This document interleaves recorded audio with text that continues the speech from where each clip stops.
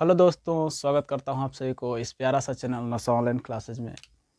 आज हम लोग इस चैनल नशा ऑनलाइन क्लासेज के इस सेशन में क्या समझने वाले हैं, क्या और कौन से सब्जेक्ट का, कौन से विषय का और कौन से चैप्टर का अध्ययन करेंगे, तो इसके बारे में थोड़ा सा चर्चा कर लेते हैं। तो आज हम लोग इस सेशन चालू हुआ है, इस सेशन में 3.3 यानी कि 3.3 ख़त्म हो गया है। इसके बाद 3.4 यानी कि 3.4 भी जिसको कहते हैं वह चालू करने वाले हैं। और उसमें पढ़ना क्या है, समझना क्या है, इसके बारे में समझ लेते हैं। जैसे हम लोग बीजगणितीय विधि से दो चर वाली रैखिक समीकरण को तीन विधि से हल करते हैं, जिसमें पहला होता है प्रतिस्थापन विधि। प्रतिस्थापन विधि होता है प्रतिस्थापन विधि, फिर होता है विलोपन विधि, विलोपन विधि, और उसके बाद सबसे लास्ट में होता है ब्रजगुणन विधि। और वही आज हम लोग ब्रजगुणन विधि को समझने वाले हैं, क्योंकि हमारा प्रतिस्थापन विधि भी खत्म हो गया है और विलोपन विधि भी खत्म हो गया है। तो बार बार एक ही चीज़ को अब दोहराना है आप सभी को, हमें सिर्फ इसको एक बार बताते हुए चलना है और सभी को विस्तार से समझाते हुए चलना है। तो आप लोग एक बार क्लियर कर दीजिए कि आप सभी को यहाँ पर लिखा हुआ जो वर्ड है दिख रहा है या नहीं दिख रहा है। अगर दिख रहा है तो सही से कमेंट कीजिए, और नहीं तो यहाँ पर हम लोग चल देते हैं। जैसे कि ब्रजगुणन विधि से होता है, उसको बनाने के लिए प्रतिलोपन विधि और विस्थापन विधि से तो बनाना बहुत आसान होता है कि किसी एक चर का मान हम लोग प्राप्त कर लेते हैं और उसके बाद उसी का मान रखकर बना लेते हैं। तो ब्रजगुणन विधि में वैसा नहीं होता है, थोड़ा सा इससे हट कर होता है। और हट कर क्या होता है कि यहाँ पर एक्स का मान और वाई का मान दोनों निकालने के लिए अलग से एक सूत्र की आवश्यकता होती है, और वही आप सभी को दिया जा रहा है। तो चलिए उसको लिख लेते हैं पहले। तो यहाँ पर हेडिंग लगा लेना है क्या, ब्रजगुणन विधि। ब्रजगुणन विधि हेडिंग लगाना है रेड कलर से, और ब्रजगुणन विधि, ब्रजगुणन विधि। बीजगणित को हल करने वाले हैं, ग्राफीय विधि से हल कर चुके थे और ब्रजगुणन विधि से आज हल करने वाले हैं। तो चलिए इसका फॉर्मूला समझ लेते हैं। जैसे कि यहाँ पर एक्स का मान निकालने के लिए, मतलब कि कोई चर एक्स का मान निकालने के लिए हमारे पास फॉर्मूला क्या होगा, तो वह फॉर्मूला होगा B01 C2 और माइनस होगा B2 CO1 और बट्टा में, तो बट्टा में होगा A2 और फिर A1, फिर माइनस में A2 और B2। तो यह सिर्फ x निकालने के लिए फार्मूला है। इसके बाद y निकालने के लिए फार्मूला क्या होगा, तो y निकालने के लिए फार्मूला होगा CO1 और C2 को CO1 और A2 को एक साथ गुना करना है, और इसमें से C2 और A1 को गुणन करके उसको घटा देना है, और फिर भाग देना है A1 B2 और माइनस में A2 B1। तो ये दोनों हमारे पास जो फार्मूला है बनकर रेडी है फार्मूला। और इस फार्मूला को ब्रजगुणन विधि से यदि हल करने के लिए बोला जाए तो याद रखना है और इसी पर बना देना है। तो चलिए वह किस प्रकार से इस फार्मूला को निकाला जाता है उसको भी समझ लेते हैं कि कैसे करके हम लोग फार्मूला को निकाल सकते हैं। तो इसको समझने के लिए सबसे पहले तो हमें इसका व्यापक रूप पता होना चाहिए। किसका व्यापक रूप, तो एक सेकंड थोड़ा सा रुक जाइए।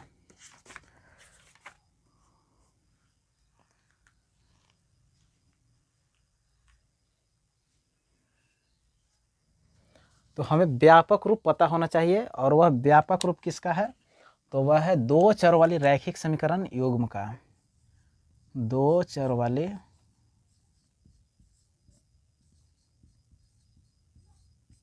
रैखिक समीकरण युग्म का।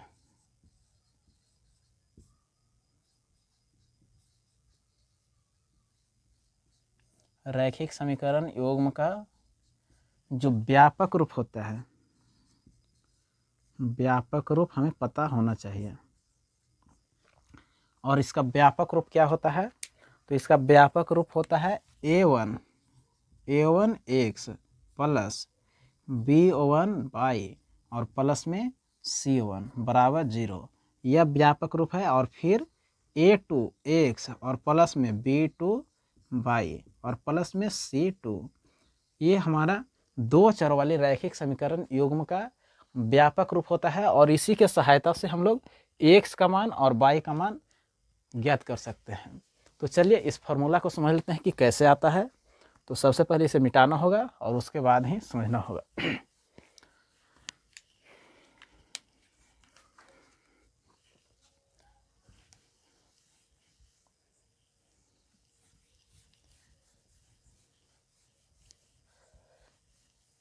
यहाँ पर जो दिया हुआ है, यह दो चरों वाली रैखिक समीकरण युग्म जो होता है, यहाँ पर युग्म का व्यापक रूप दिया हुआ है। इसके सहायता से हमें x और y का ब्रजगुणन विधि से निकालने के लिए फॉर्मूला लिखना होता है, जो कि x बराबर होता है, x बराबर क्या होता है, तो x बराबर में CO1, यानी कि यहाँ पर से CO1 लेना है। CO1 को A2 यहाँ पर B2 के साथ गुना करना है, C2 को B1 के साथ गुना, फिर उसको घटाना है, इसको घटाना है BO1 और CO1 को गुना कर कर, फिर उसके बाद A2 या तो C2 कह सकते हैं। यहाँ पर A2 B2 A1 B2 minus में A2 BO1, उसके बाद y का, तो y का भी उसी प्रकार से CO1 और A2 बटा में A1 और B2 minus C2 BO1 C2 A1 और बटा में A2 BO1। ये फार्मूला हमें यहाँ पर लिख लेना होगा। क्यों? क्योंकि आगे यही फार्मूला हमें काम आने वाला है। तो यहाँ पर लिख लेते हैं कि x का फार्मूला क्या है, तो C2 और BO1 माइनस B2 और CO1 बटा में A1 और B2 माइनस A2 B1। फिर y का फार्मूला क्या है, तो y का फार्मूला लिखा हुआ है CO1 A2 और बटा में A2 B2, यहाँ पर A1 है और माइनस में C2 A1 और बटा में A2 B1। इस फार्मूला को हमें अपने दिमाग में सेट कर लेना है, क्योंकि हर जगह पर एक कोने में यह लिखा हुआ नहीं मिलेगा। जब हम लोग एग्ज़ाम सेंटर पर जाएंगे तो सिर्फ अभी के लिए यहाँ पर कोने में लिख लेते हैं और इसके बाद समझने के बाद अपने दिमाग में सेट करेंगे। तो चलिए इसके बाद देख लेते हैं इस पर प्रश्न किस प्रकार से बनता है। जैसे कि कोई एक प्रश्न ले लेते हैं।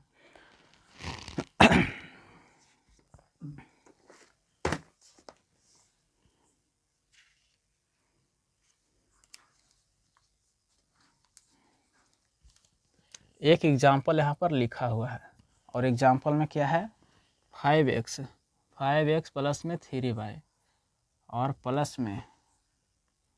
प्लस नहीं बराबर में 35 लिखा हुआ है, बराबर 35। तो बराबर में प्लस में 35 है, तो इस तरफ आकर माइनस में 35 हो जाएगा, बराबर में 0। अब उसके बाद एक और युग्म ले लेते हैं और एक और युग्म क्या है, 2x और प्लस में 4y माइनस यहाँ पर 28 है। इसको ब्रजगुणन विधि से हल करना है। तो ब्रजगुणन विधि से हल करने के लिए सबसे पहले किन किन चीज़ों की आवश्यकता होगा उसे थोड़ा सा समझ लेते हैं। तो यहाँ पर ब्रजगुणन विधि से हल करने के लिए C2 चाहिए, C2 B1 B2 C1, फिर A1 B2 A2 B1। सबसे पहले यहाँ पर लिख लेते हैं कि A1 इसका क्या है, A2 क्या है, फिर B1 क्या है, B1 क्या है, B2 क्या है, C1 क्या है और C2 क्या है। तो चलिए A1 जो x का गुणांक होता है उसे A1 कहते हैं, तो यहाँ पर 5 हो जाएगा। और A2 कौन है, तो नीचे जो दूसरा युग्म होता है, दूसरा समीकरण युग्म होता है, उसका गुणांक होता है B2, तो यहाँ पर 2 है।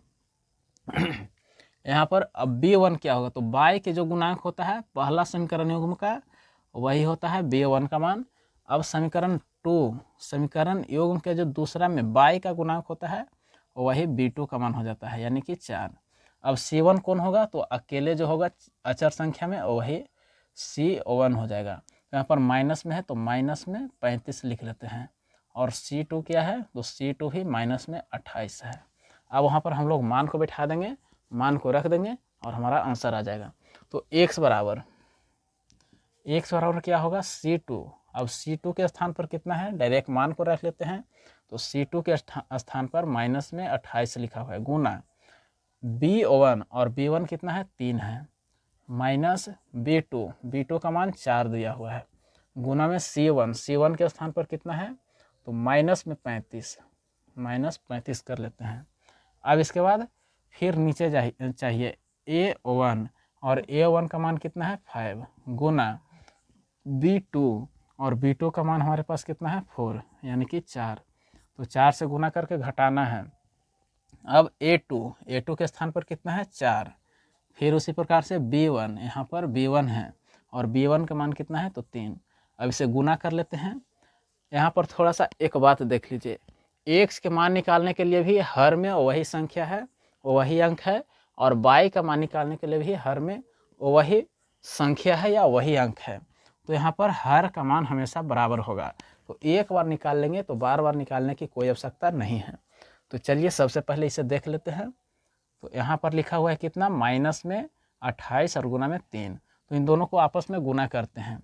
जब 28 में 3 से गुना करेंगे तो आएगा 4 और 6 1 7 यानी कि 74, 8 38 24, 3 दूनी का 6 और 6 2 8 यानी कि 84 आएगा, और ये भी माइनस में आएगा। फिर माइनस, जब इसको 35 को 4 बार गुना करेंगे तो 140 आ जाएगा, और साथ में माइनस लगा है तो माइनस माइनस को आपस में गुना करके प्लस, और इन दोनों को आपस में जब गुना करते हैं तो 20 आता है, और माइनस में 4 में 3 से गुना करेंगे तो 12 आ जाएगा। अब दोनों को आपस में घटाते हैं। जब ऊपर में घटाते हैं तो यह माइनस में है और यहाँ पर प्लस में है, और प्लस वाला का मान ज़्यादा है तो इसमें से घटाएंगे तो आ जाएगा 6, और फिर यहाँ पर 13 में से जब 8 को घटाते हैं तो 8 5 13 होता है जो कि प्लस में आएगा। फिर 20 में से 12 को घटाइए तो 20 में से 12 घटाते हैं तो कितना आता है तो 8 आता है, और 8 7 56 यानी कि 7 बार में कट जाएगा, और x का मान हमारे पास कितना आया है तो 7 आया है। अब इसी के सहायता से इन A1 A2 B1 B2 और C1 C2 के सहायता से y का मान ज्ञात करना है।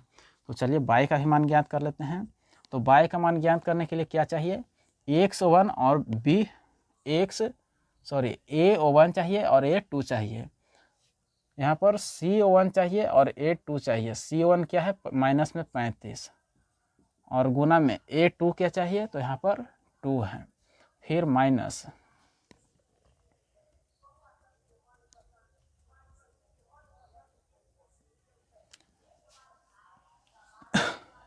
यहाँ पर इस प्रकार से रहेगा दोनों आपस में।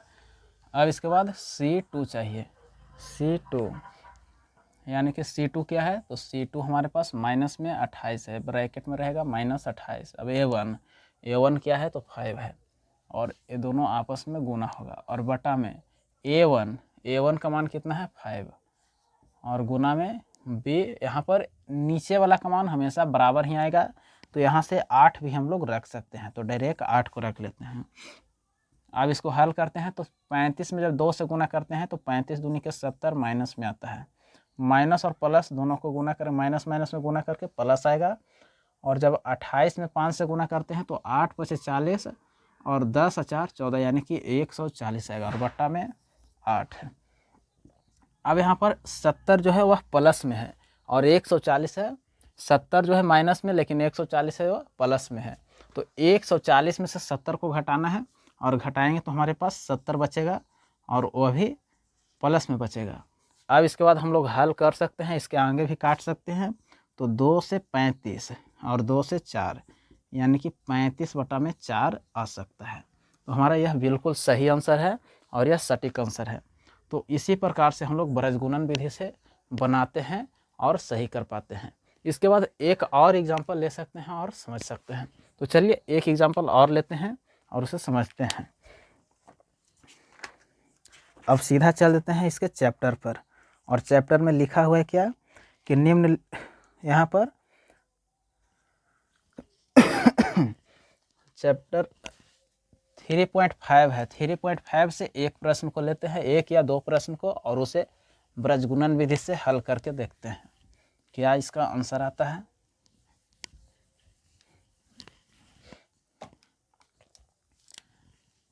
चैप्टर 3.5 एक नंबर क्वेश्चन।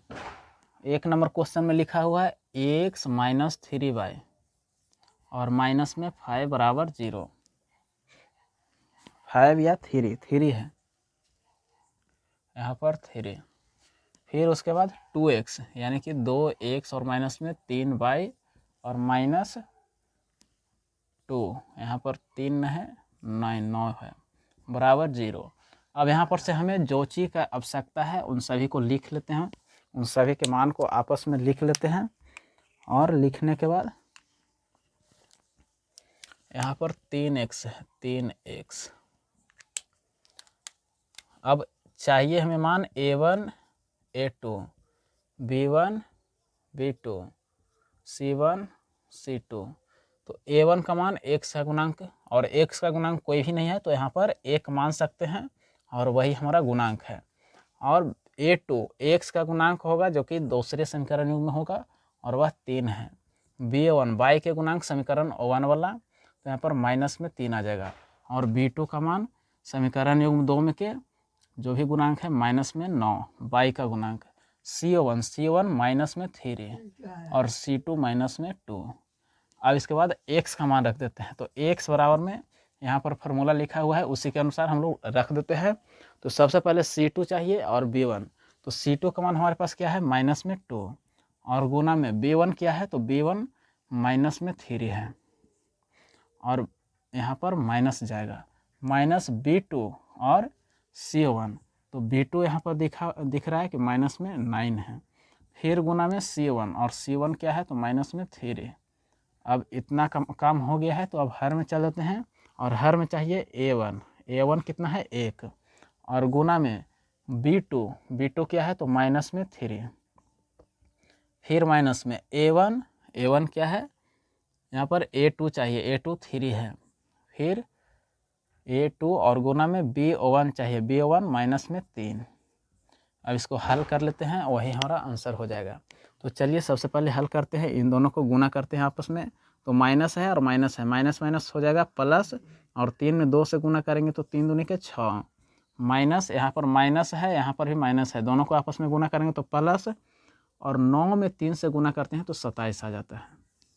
इसके बाद फिर यहाँ पर प्लस में है और ये माइनस में है, माइनस प्लस को आपस में गुना करेंगे तो माइनस होगा और 3 में 1 से गुना करने पर 3 माइनस है माइनस माइनस से गुना करने पर प्लस और 3 में 3 से गुना करने के बाद 9 आएगा। अब इसके बाद माइनस में 27 ज़्यादा है और 6 जो है प्लस में वह कम है तो घटाएंगे तो ज़्यादा वाला में से ही, लेकिन चिन्ह यहाँ पर रह जाएगा माइनस का और 27 में से 6 घटाते हैं तो 21 आता है। फिर यहाँ पर एक माइनस में है और प्लस में है और 9 में से 9 में से 3 को घटाएंगे तो 6 आएगा और वह प्लस में आएगा। यहाँ पर 3 से कटेगा 7 बार में और 3 से 2 बार में, यानी कि हमारा x का मान क्या आएगा तो माइनस में 7/2। अब इसके बाद चल देते हैं y का मान और y का मान क्या है तो यहाँ पर CO1 और A2 चाहिए। CO1 जो कि माइनस में 3 है और गुना में A2 क्या है तो 3 माइनस C2 क्या है तो माइनस में 2 और गुना में A1 का मान यहाँ पर 1 दिया हुआ है 1। अब यहाँ पर इसमें भी हर का मान सेम है तो यहाँ पर हर में जो आया है उसको ले सकते हैं एक साथ तो 6 आ गया। अब इसे 3 में 3 से गुना करेंगे तो 3 3 9 आता है और ये प्लस माइनस में है यहाँ पर प्लस में है तो माइनस में हो जाएगा और माइनस माइनस गुना करने के बाद प्लस 2 और बटा में 6। यहाँ पर माइनस में 9 है और 7 है, दोनों को आपस में घटाने का काम करेंगे तो माइनस में 7/6 आएगा जो कि हमारा बिल्कुल ही सही मान है। और x का मान 7/3 और साथ ही y का मान माइनस में 7/6, यह बिल्कुल ही सही मान आया है। और इसके बाद हम लोग इसका और कुछ भी नहीं कर सकते हैं, सिर्फ इतना ही तक काम करना था। तो आशा करते हैं कि ऐसे प्रश्न में अब आप सभी को दिक्कत नहीं होगा। तो एक यहाँ पर प्रश्नावली 3.5 का जो NCERT का बुक है NCERT का बुक, इसमें से जो 3.5 है वह बिल्कुल सही तरीके से, अब 1 नंबर क्वेश्चन में गलत नहीं होना चाहिए। अब इसके बाद दूसरा प्रश्न जो है अगले दिन देखेंगे, और दूसरा प्रश्न बहुत ही VVI है, उसे आप लोग मिस नहीं कीजिएगा और बिल्कुल सही तरीके से इसी चैनल पर नासा ऑनलाइन क्लासेस पर आकर देख लीजिएगा। अगले दिन आप सभी को उसका भी वीडियो बनाकर अपलोड किया जाएगा। तो चलिए मिलते हैं अगले वीडियो में, और अगले वीडियो में जाने से पहले आप सभी को एक इन्फॉर्मेशन दे देते हैं। वह इन्फॉर्मेशन क्या है कि इसी चैनल पर नासा ऑनलाइन क्लासेज पर, नासा ऑनलाइन क्लासेज पर आप सभी को ऑब्जेक्टिव का MCQ मतलब कि जो भी ऑब्जेक्टिव सभी सब्जेक्ट का, या तो मैथ हो जाए, या तो साइंस हो जाए, या तो सोशल साइंस हो जाए, हिंदी और इंग्लिश संस्कृत, सभी का MCQ डेली सुबह में 6:30 में अपलोड किया जा रहा है।